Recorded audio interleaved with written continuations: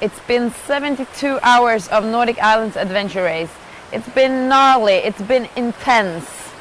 And we are bringing you the news in Niar Daily Live. I mean, 72 hours for me it's not I can't really attach my mind to it. I can set my mind to maybe 24 hours. Okay, 48 hours, but now we're entering the third day of racing. And I mean, 72 hours of activity is just... I can't really say how they're feeling out there, but I met the ladies this morning, the Team Holiday Club, and they came in, and as always, they're happy. They're like cheering, and hey, everything's good. But then suddenly I could tell there was a different mindset today. They were tired. They were kind of, how do you say, like, not aggressive, but not in a good mood, so to say. So I mean, I think 72 hours takes out its toll for everyone.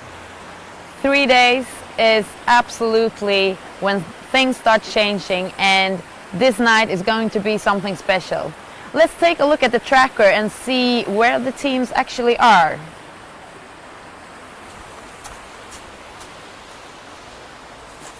So what we're looking here is the first team, Swedish Armed Forces, in the lead still, with a big gap to Hamilton Adventure, chasing them hard and doing a fantastic race.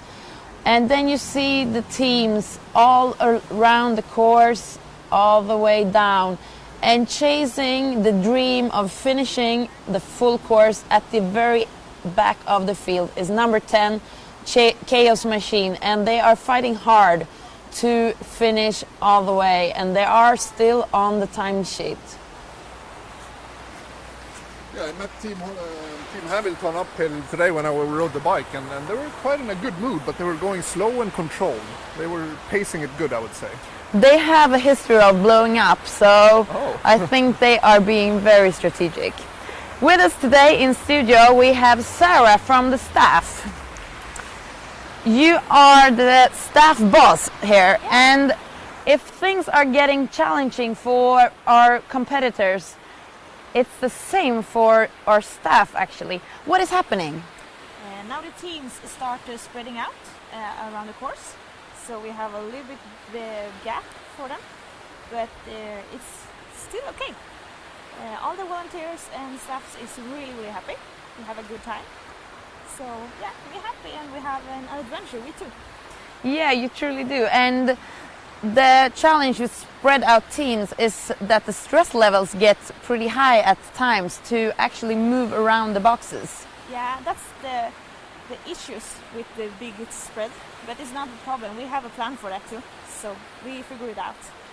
Cool, thank you very much for joining us, and you will be back later this week. I will be. Thank you. And as always, we will go to the recap of the previous 24 hours.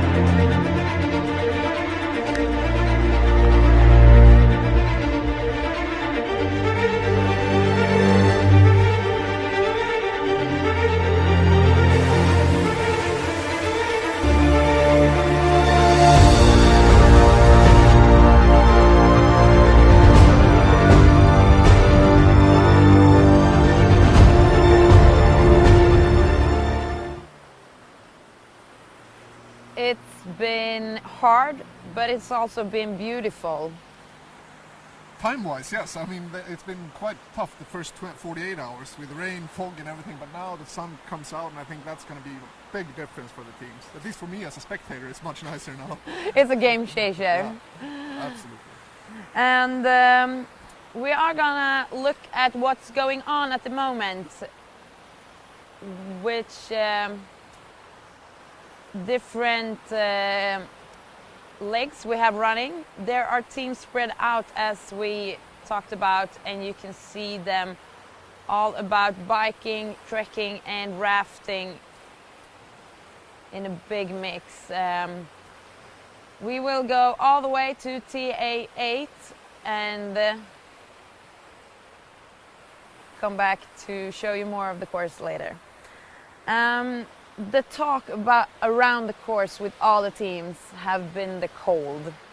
Yeah, I mean, we saw the Americans earlier. They were out in the biking leg for a very long time. It was tough up on the high mountains where the fog and rain started hitting them pretty hard. So, I mean, I can only set my mind to how tough it is when it gets that cold and you have nothing dry to put on, and it's windy, it's bad light.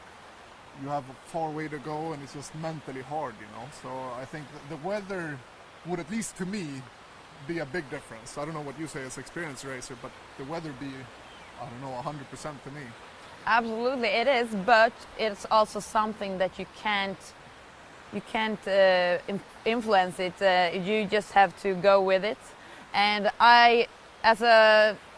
when I started racing, I learned that cold, you can be cold, but freezing is only in your head.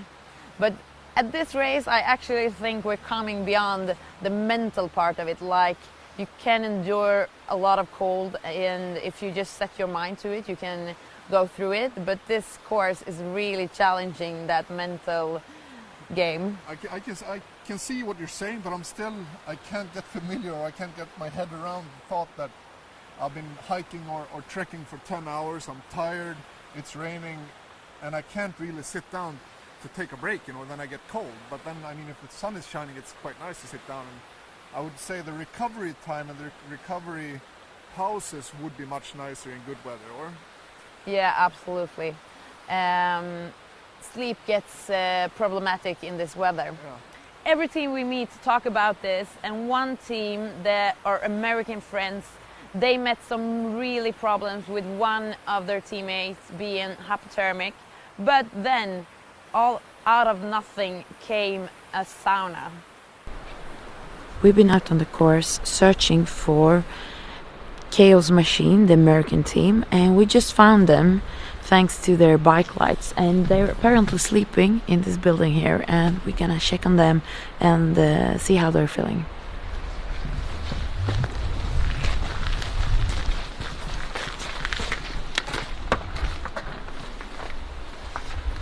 We were up at 1,000 meters, and there's nowhere to hide. You know, there's no block from the wind, and when you get that wet and the wind hits you like that, it goes right to the bone. Mm-hmm. And so we came off the mountain. We were like, we need to find something, and the clock for finding something started running down and down until we just came to this house and we saw people in the window. I said, you've learned you need to buy some blinds because we saw you were awake. And now you have 4 weird Americans knocking on your front door. And they were the kindest people. Norwegians are, we've heard, very nice. It was proved. But maybe they won't see this video, we hope, because I don't think they know. Just how much stuff is in here. No, we have all our stuff hanging up in the house. So. But this is a dream come true. For all we asked for up there was a sauna. Yeah. You won't believe what we offered to trade for a sauna. We found one. So. Oh my God, dreams come true. Yeah. But we're having a fun time. It's a challenge of our lives. I can see that. And we're trying to stay true to the course. So excited to sleep a little bit and then get going early in the morning. These kind of stories is true adventure racing to me. What do you say about all these crazy stuff that happens around the course? I mean, that's what I would say on the limit between adventure and something actually kind of dangerous. I don't know how serious that was, but to me, that's on the limit. Or what do you say? Is that under control, or is it really? The stage she was in was definitely a dangerous stage, but the knowledge of these athletes is pretty big. They know how to handle it, and we actually went down to meet them we were on our way there to film them and just cheer them on the bike, but then we got this message that they were suffering. So we hurried up just to make sure they were okay, and they really handled the situation. With their knowledge and experience, they know what to do when this happens. So after an incident like this, how long time does it take to regroup and like get the heat back and really be effective again? A great team with a great team spirit, and if they have raced together before, they handle this very well. They take precautions, they take action on the matter, and then after some sleep they regroup really well. And I'd say that after, I think they had a 3-hour sleep, and that's what you need to get the team going again if you are a great team, well put together. I would like to have like a couple of weeks vacation or something, but 3 hours is enough for them. So I mean, if that's okay for them, then I'd say it's okay. Let's hit the course and see what they're up to out there.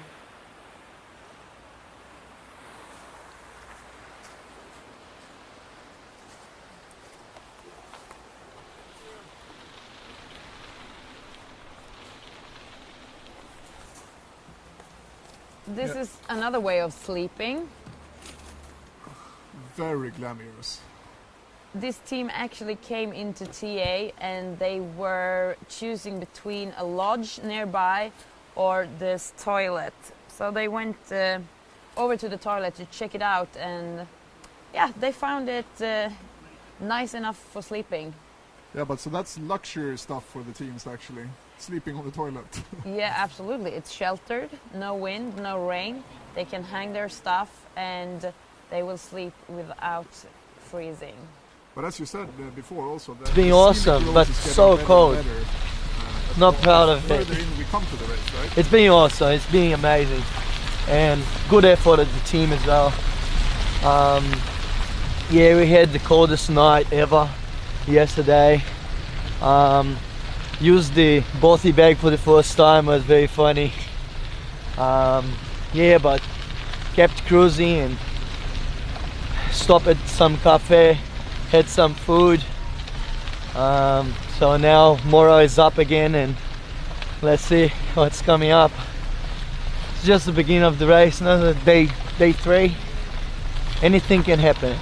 Yeah, it's just the beginning Alright. of the race. That's See ya. the right mindset to have. We're all doing pretty good actually, so far, touch wood. Yeah, everyone's pretty happy, so but yeah, looking forward to getting into transition and sort our stuff out. Probably have another short sleep before going off again, so yeah, all good. And let's see a little about her preparations. When I heard about the Nordic Islands adventure race, I thought, now this is an expedition that I've got to be part of. The idea of starting in the mountains of one country and finishing on the coastline of another, and particularly with Norway having such an incredible reputation for its stunning coastline, I just thought this is something I can't miss. Since doing my South Pole expedition in 2013, my expedition life has really ground to a halt because I'm now a mother of 2 little girls, Clara who's 4 and Ola who is 2, both of who are really quite challenging, and so I'm going into this race now with 4 years worth of sleep deprivation, so possibly not the best thing, and also I've had to really limit my training to about 1 hour a day, so that 1 hour I've tried to make as sort of intense and high intensity as possible, because it is the only opportunity I've had, and I'm really relying on my experience of endurance to carry me through this race. But yeah, I'm very nervous because I just don't want to let my teammates down. They're travelling all the way from Australia, and something like this, big expedition races like this, people invest a lot of time, a lot of money, a lot of effort into it, and so everyone really has to try and just achieve as much as they possibly can. So yeah, I'm really nervous. I'm trying to train.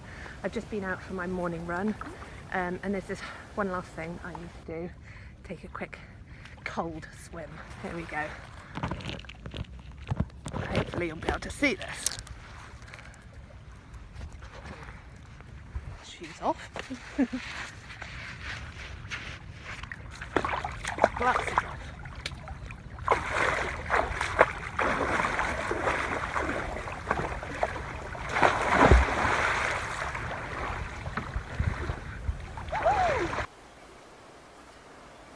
So 1 hour of training a day, and then Yeah, I was surprised it wasn't more though.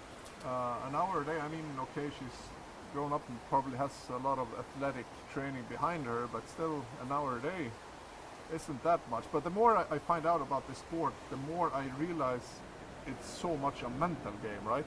absolutely. Mental and tactic game. And this is one big part of the mental game. You choose a race for the views, for the stunning nature, for the place where you are gonna do this really hard challenge, and just look at it. Absolutely breathtaking. That would absolutely give the team some energy, and I know the girls pretty well, and I know if they can get some sunlight in these views, that's going to help them a ton.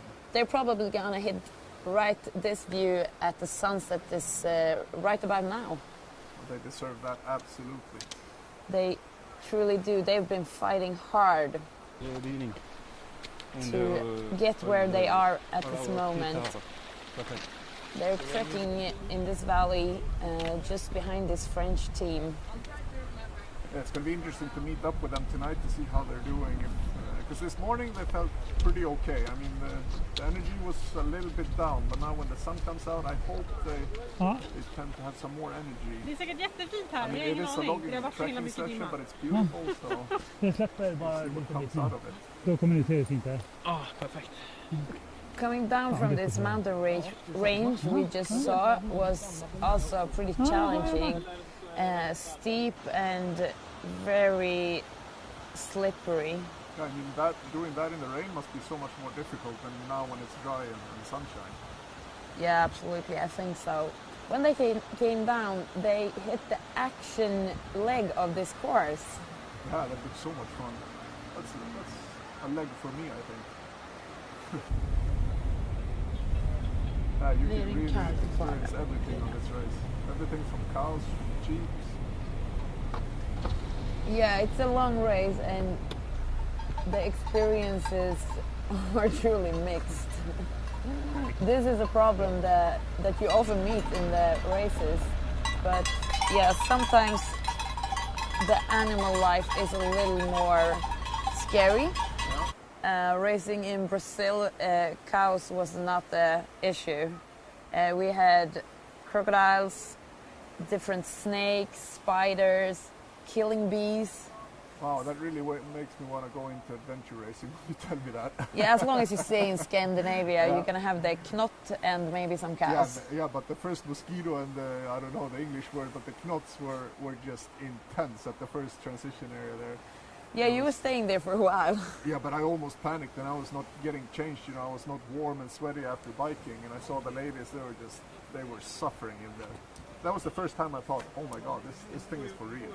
And how many hours in were we by then? I don't know, not more than 3 hours or so.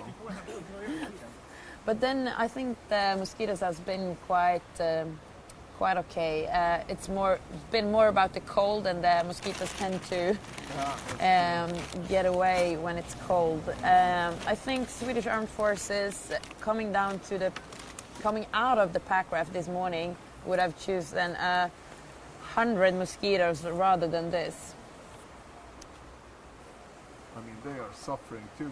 I haven't seen these guys live yet, but when I look at these pictures, I mean, they are out there pushing hard. And what I heard, Malin is a really good leader in the transition areas. When I look at those hands. Coming into this transition, she couldn't move, she couldn't talk. Det gick fint. She got help to get undressed. And after a Det var few lite orolig för att det skulle minutes, välta. she Men det var inte... came back, took over the TA and Det var svårt att se. Här började. did it all. På paddlingen. Ja, nu körde han stor pack-up-båt. Men vi körde på natten. Och tjejen hon hade bara kört den här en gång tidigare. Och så var med oss hjälpt oss. Så att det var svårt att läsa var stenarna låg någonstans. Det var ganska grunt. Vi körde på några stenar en gång. Men vi klarade oss från att välta. Det var väldigt skönt. Det var sjukt kallt. Kan du berätta en gång till vad det är ni har gjort? Jag har precis kommit in från en raftingsträcka.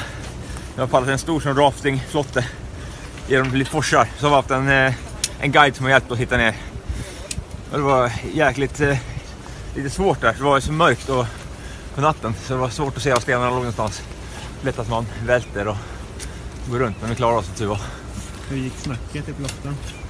Ja, men hon var väldigt duktig och pedagogisk så vi försökte bara hjälpas åt så gott vi kunde. Och inom laget? Men det funkar bra tycker jag. Det gäller att hålla takten. Det är bra.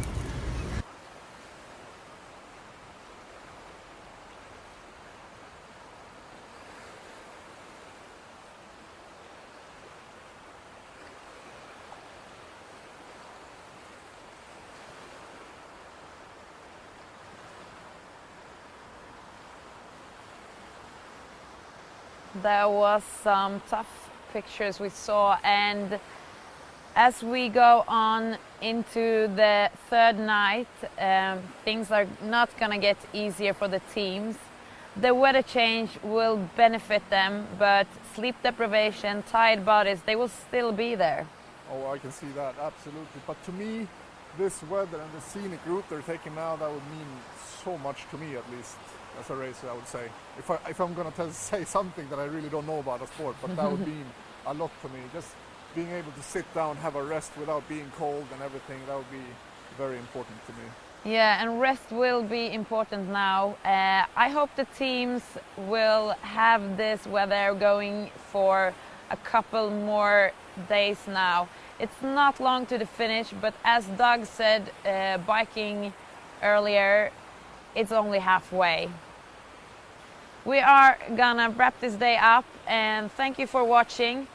Keep following us at social media, Nordic Islands AR, and of course at the tracker. You can always see your team. And as a last message to you, you can send us your cheering for your favorite team, and we will bring it to them along the course.